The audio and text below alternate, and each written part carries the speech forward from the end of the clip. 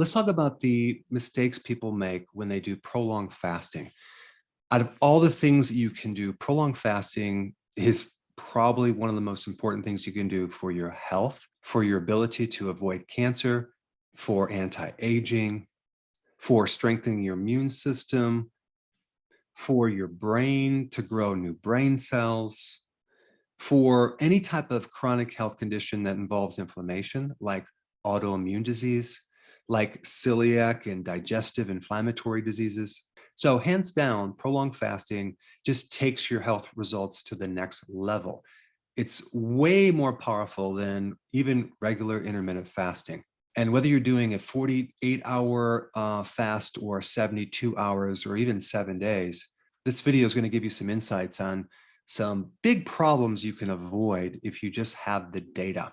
Now, there's two main things that you need to know when you do these prolonged fasts. Number one, insulin becomes very, very sensitive, okay?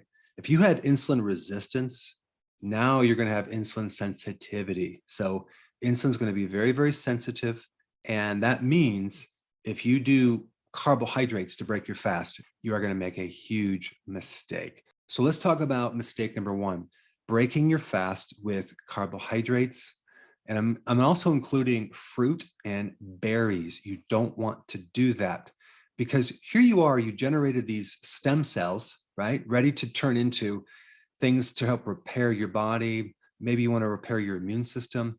If there's too many carbohydrates, especially when you break the fast, guess what that stem cell could turn into? A fat cell.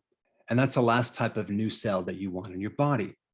We want to reserve these stem cells for very important recovery and repair tissue, like your joints or your bone marrow or your thymus gland, things like that.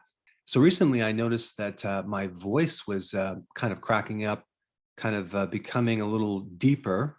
So I just started fasting immediately just to make sure that my immune system had everything it needed to recover and rejuvenate. And it was great because whatever happened in my body, I overcame it within a day and a half and things were back to normal. But the effects of fasting on your immune system is very, very powerful. I mean, there are people that have autoimmune diseases, like serious diseases with massive inflammation that do a prolonged fast and pull right out of this condition and it just goes in remission. Of course, they can't say they cured it, but they can say it went into remission, which basically you kind of cured it. I mean, fasting right now is even being researched by people that are going to do long-term travel into space. They found that fasting could potentially protect you against solar radiation as you're traveling to Mars. I mean, it's just mind-blowing. Now, you can do steamed veggies. You can do fermented vegetables, which I highly recommend. I also recommend bone broth, a little kefir, an egg. But other than that, keep it really, really small. If you consume a good amount of carbs right after a prolonged fast, what's going to also happen is you're going to have this massive shift of potassium inside the cell and out of the blood. So we're going to remove potassium out of the blood, and you're going to end up with a severe hypokalemic situation, which is low potassium in the blood. And that's going to increase your pulse rate. You can get sick. It's actually quite dangerous. So this is called the refeeding syndrome, where you just eat too fast, especially carbohydrates, because it throws off your electrolytes. Remember, insulin is very, very sensitive. And so insulin is going to also take on some of these nutrients and it's no longer resistant. So everything is a whole different situation. All right. Number two mistake, doing intense exercise or a lot of physical work right out of the gate doing prolonged fasting. Okay, you don't want to do that. Your body has just been through a lot of autophagy, repair, recycling, rejuvenation, and you don't want to add that extra stress at this point.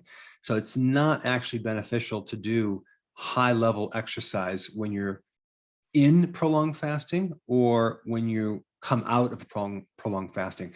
Now, when you're doing intermittent fasting, absolutely, but not when you're doing prolonged fasting. It can be very stressful to the heart. Who knows also if you have enough electrolytes for the heart? Some people don't even take any supplements while they're fasting, which I disagree with. So the only point is when you're doing prolonged fasting, let your body recover, heal, rejuvenate. All right, number 3, you don't want to make the mistake that I made by overeating coming out of a prolonged fast, okay? The temptation is there. You haven't eaten for days and now there's all this food and you might start eating and going, wow, I really miss food, and I just started getting wrapped up in that. You don't want to do that because you have to realize that the digestive system has gone asleep, all right?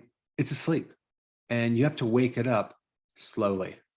I mean, you have all sorts of enzymes that are not going to be ready to help you digest, acids, bile salts, maybe even there might even be some missing microbes. I don't know. But the point is, if you overload the system and eat too much, you can get either edema in your body, or you could get diarrhea, or get extremely nauseous and uncomfortable, like I did. So I've learned the hard way. You don't want to overeat. You want to have just a small little thing, regardless of the temptation, and then wait several hours and do another small thing, okay? And then wait maybe 5 hours and then have kind of a smaller meal, but maybe a little bit bigger. And that's it for the whole day.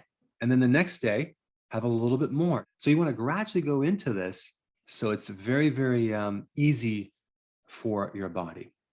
The next mistake is doing apple cider vinegar coming off of a prolonged fast. In fact, you don't want to do apple cider vinegar when you're doing a prolonged fast, in the middle of it or at the end of it. Why? Because you are in a very strong ketogenic state, and ketones are acidic. So your pH is going to be pretty acidic. So adding more apple cider vinegar can make you more acidic. Instead, a better way to deal with that is to take some baking soda, which is alkaline, and you can mix like 1/4 of a teaspoon in some water and drink that. That will help to neutralize the acidity.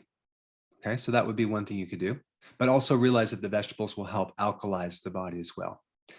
All right, the 5th mistake is to, instead of doing like real food, you are doing protein powders. Not natural, not good. Remember, protein powders usually are low fat. They're hardly any fat, and that's going to have a greater effect on insulin.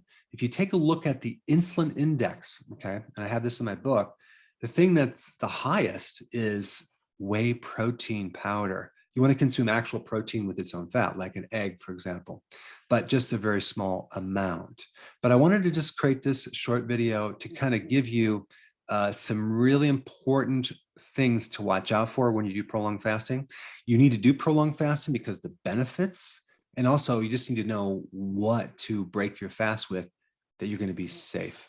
All right, if you haven't seen my other video on prolonged fasting, I put it up right here. Check it out.